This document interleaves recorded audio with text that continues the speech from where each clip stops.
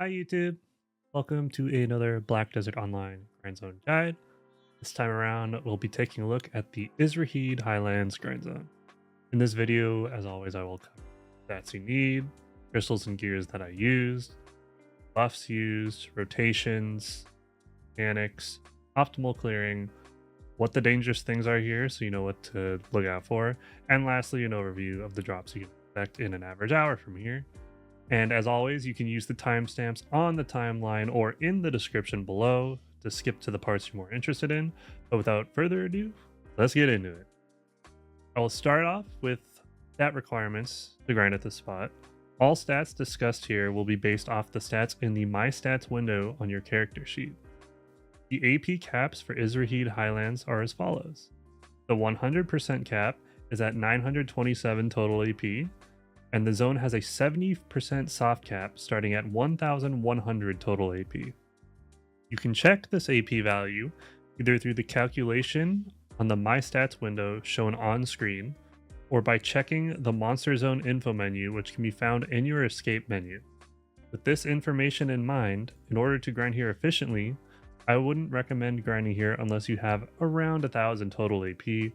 At that value, you should be able to clear fast enough for the spot to be worth it. And in addition, the monsters here count as generic monsters. This means that species damage does not work at this spot, and the AP type you should mainly be focusing on is just total AP and monster AP, as those are the only ways to really boost your damage here, other than crit damage and back attack damage and all of those special attack modifiers. As for the DP requirements here, I really wouldn't grind here with anything less than 401 sheet DP. Even at 401, the Seculon will still nearly one-shot you, and even some of the smaller mobs can hurt quite a bit. Up next, I will go over the gear and crystals I used for all hours used in this guide. Every hour recorded in the process of making this video was with the gear and crystals you see on screen here. As for crystals, you can see I focused purely on damage, as there are no CCs at this spot, so you can just go full on damage and not really suffer in any way, shape, or form. Next up are the buffs and consumables I used, which are what you see on screen now.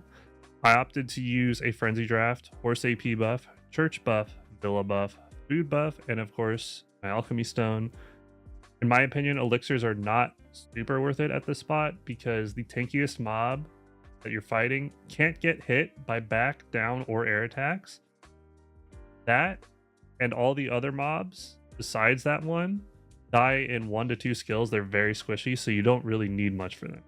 This means the only benefit you get out of elixirs is the AP, the crit damage, the lifesteal, and the damage reduction. And all of those stats, except the damage reduction, can be gotten through a Corrupted Frenzy Draft. And with the Corrupted Frenzy Draft, you even gain more AP than you would with the elixirs. With our setup out of the way, we can move on to rotations. This spot is what is referred to as a tower spot, which means you'll be sitting in one place grinding waves of enemies that will just spawn around the tower, which is what spawns the enemies. The towers for Yzrahid are the giant 4-legged robots called Seculons, which look like the image you see on screen here. These rotations can be found at the locations shown by this map on screen, and all rotations are equal in terms of efficiency, so you can just pick whichever one you want and just start grinding. There's no weird terrain or anything that will kind of mess you up. And before we get into the mechanics of the zone, there is one important thing which you should do before grinding this spot. This is very important. And that is to pick up the knowledge for the Seculon, because it can't be found by killing it. You have to do it through an interaction. You get the knowledge by going to the spot shown on the map here, and at this spot, you interact with the dormant Seculon's leg and spend energy to acquire its knowledge. This is extremely helpful to have when grinding. In addition, this is an Agris efficient spot, so feel free to use Agris here if you would like to. With that out of the way, we can get into the spot's mechanics. This spot is made up of waves, and each wave has multiple phases, and the first phase's goal is to break one of those Seculon's legs. When you aggro the Seculon or at the beginning of a new wave, the Seculon will wake up. After a few seconds, one of the legs will start glowing red as seen on screen here. This means that leg is the killable one for this wave. Simply keep throwing damage on the leg until it dies to complete this first phase. This is also what the knowledge you got earlier helps with. It lets you see the health of the leg so you know how close it is to dying, and it also probably increases your damage a little. In addition, while you are hitting the leg, the Sekulon will be throwing AoEs at you. So try to avoid them to the best of your ability.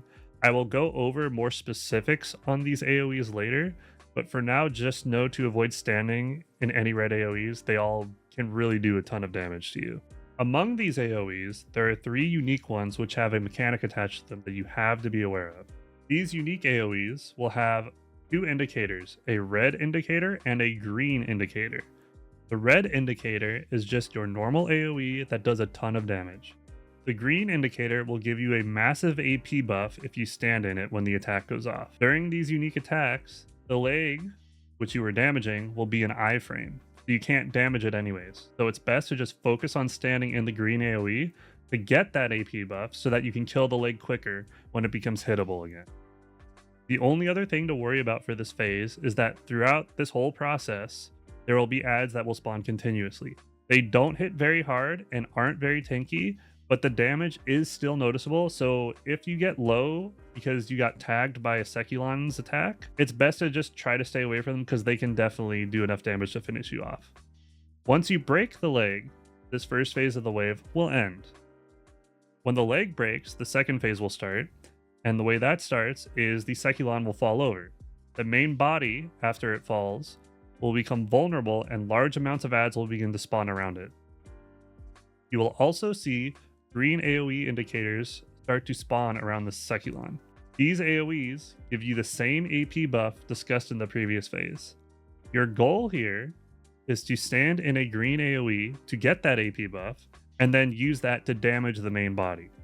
Once you have done enough damage to the main body, you will see a message appear on screen that says what you see here. This indicates that you have dealt enough damage and caused an elite to spawn. The elite looks like a larger version of the ads you have been fighting throughout the grind and is labeled as overcharged, as seen on screen here. This elite drops a large amount of trash when killed and can deal a decent amount of damage, so you should try to focus it down as quickly as possible. Once you have damaged the main body and killed the elite, the rest of this phase is simply killing as many ads as possible before it ends. You must do this while keeping the AP buff up, refreshing it by standing in a green AoE whenever possible, because these green AoEs will be present throughout this entire phase. This AP buff is crucial to kill as many ads as possible. Once enough time has passed, this phase will end and the Sekulon will stand up and will start repairing itself. While it is repairing itself, it will release an energy pulse several times. This pulse deals no damage to you, but if enemies get hit by this pulse, it will instantly kill them if they are in range of it.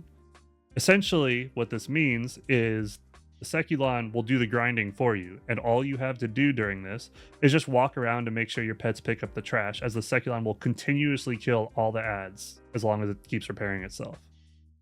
Once the repair is complete, a message will pop up that says power control successful, ready to execute Sekulon's orders. This indicates that you have completed a wave and that the next wave is about to start, and from here, another leg will glow red, and the mechanics will repeat. There is, however, one more mechanic in this spot, and that is that after you complete 3 waves, or after you have knocked down the Sekulon 3 times, so the 4th time the Sekulon gets knocked down, the Sekulon will trigger what I refer to as the AFK phase. If you do not keep track of the waves, you can use the message that pops up when this phase begins to tell when it's happening. The message is what is seen on screen here. So if you see this, know that that means you're in the AFK phase now. You're not repeating a normal wave that you've been doing so far. While it is knocked down during this phase, it will continuously pulse with the same energy waves you have seen when the Sekulon repairs itself in the normal waves. As it pulses, messages will keep popping up telling you what percentage the Sekulon has regained its energy, and this phase will continue until that percentage hits 100%, at which point the wave counter will reset, and this phase will not happen again until you clear 3 more waves. So essentially that means this happens every 4th wave. During this phase, just like every other time you knock the Sekulon down, large amounts of ads will continually spawn. These ads will all be instantly killed by the pulses released from the Seculon, meaning you essentially AFK during this phase and let the pulses do all the work for you, as seen on screen here. And that is essentially all the mechanics involved in grinding Yzrahid. Up next, I will be going over optimal clearing, as you guys are probably familiar with in my videos. There is really only one important thing to do in order to clear optimally, and that is to break the leg as quickly as possible. All of your money at this spot comes from the ads, because the Seculon itself does not drop anything. So the less time you spend hitting the Seculon's leg, the better your grind will be. The main thing that slows you down when breaking the leg is whenever it enters an iframe when it attacks. The trick is to prevent the target leg from being the one that enters iframe as much as possible. The Seculon will only ever use the leg closest to you to attack. So the trick is to stand close to one of the legs next to the vulnerable one. That way, that leg will be the one hitting you instead of the one you're trying to hit, meaning the one you're trying to hit won't enter iframe. So the trick is to stand close to one of the legs next to the vulnerable one. As seen on screen, I am next to one of the legs that isn't glowing red. This will cause that leg to attack you instead of the one I need to hit. This means the vulnerable leg will be in iframe less often and can be dealt with much quicker. The only time it will be in iframe, if you do this, is during the large AoEs or a multi-leg attack. Unfortunately, if your class doesn't have enough range to consistently hit the target leg from that far away, this strategy will not work as well, as you won't be able to prevent that leg from attacking. One other tip to kill the leg even faster is to save your class buff and your Z buff for when you have to kill the leg to increase your damage. If you do this optimal clearing strategy, you will see a noticeable improvement in your trash per hour. One last tip to clear optimally is that the legs will always become vulnerable in the same order. So if you keep track of the order, you can be ready for each leg when a new wave happens faster, as you can predict it. And as usual, the last thing I will go over in terms of the actual grind is what is dangerous and poses a threat of killing you. At this spot, there are two main things to keep an eye out for. Firstly is, as was mentioned earlier, all the red AoEs from the Seculon. All of the Seculon's attacks do a ton of damage and should be avoided as much as possible, especially do not let them back attack you. They can be forward guarded, but some attacks may have enough hits to fully punch through your block, so be careful if you choose to block. Most of the Seculon's attacks have multiple indicators, such as the inner and outer one seen on screen here. So just pay attention to the indicators and avoid the damage accordingly. Don't assume the attacks are just one-off, one red AoE, I'm done dodging. There may be multiple. The second thing that can kill you here is one of the smaller ads. The ones to keep an eye out for are called Killars. These are smaller robots that have arm cannons similar to an Awakening Berserker, and they have one specific attack that does a large amount of damage that will show on screen here. They aim their cannon diagonally up in the air and essentially shoot an artillery strike at you. The animation, however, will be pretty hard to see in the heat of the moment with how many mobs are alive at once at this spot, and it makes it very hard to avoid it on reaction. This attack also has no AoE indicator, and it can chunk you for about 5% of your HP, give or take, based on daytime, nighttime, and obviously your own defensive stats. That doesn't sound too bad on its own, but with how many of them are around at once, the damage can really add up.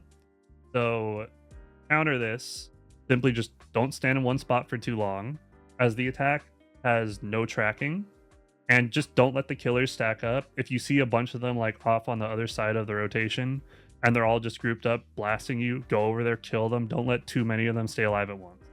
If too many of them are up at once, the damage can become a little scary. And in addition, the elite mob discussed earlier is also a killer and will do much more damage with this attack. So you really need to pay attention to it when the elite is up. Keep that in mind. But that covers everything related to the grind itself, so we can move on to the drops and loot you can expect from this spot. As of recording this video, I have grinded a total of 20 hours at Yzrahid Highlands, and most of these hours were with Agris on, as it is an Agris efficient spot. In addition, All hours were done with a level 2 loot scroll active. On screen, you can see my hours, and the average silver I got while grinding here was about 1.6 bill an hour.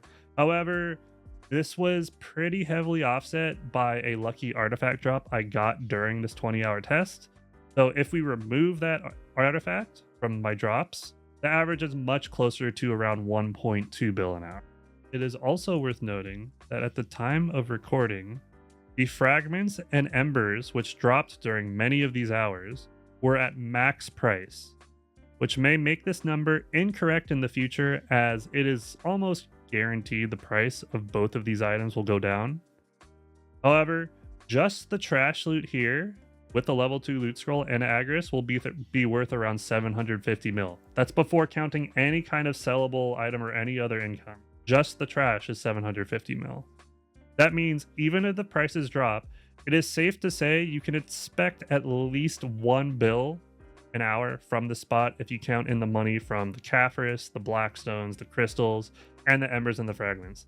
And while this isn't quite a top-end spot that competes with places like Flint Hill or Dechia Cyclops, the money here is still very good, and the grind itself is fairly easy, making it still a pretty attractive spot. We will move on to my conclusion on the spot, and in conclusion, I think the spot's great. It's not an insane money spot like the spots I mentioned before, like Dechia Cyclops, for example, but the spot is very chill. The mechanics are very simple. There's no crazy thing that'll like one-shot you that you have to constantly keep your eye out for. The mobs die pretty easily, and the AP buff you get during the grind just kind of makes you have a little bit of leeway in your stats, because you can use the AP buff to kind of shore up your damage if you feel like you're a little low on the AP side of things. And the money is a very solid 1 bill an hour, which is a very solid average for a spot. So I would highly recommend grinding the spot if anyone's trying to grind an endgame spot that doesn't really put too much stress or pressure on you to perform well. I think this is great for that. But anyways, guys, that's going to do it for the video guide today. As always, if you enjoyed the video, you can please drop a like, comment, and subscribe if you'd like to. All of those things help me immensely, and I appreciate everyone who has been doing that. Other than that, if you want to see more of me, I also stream over on Twitch at twitch.tv/bluesky900. I stream every Monday, Wednesday, Friday, and Saturday at around 6 p.m. Pacific time. So if you want to pop in and ask a question or hang out, anyone's more than welcome. I'm always happy to answer questions and help people out. But as always, thanks for watching, guys. I really appreciate it. I hope you enjoyed the video, and I'll catch you guys in the next one.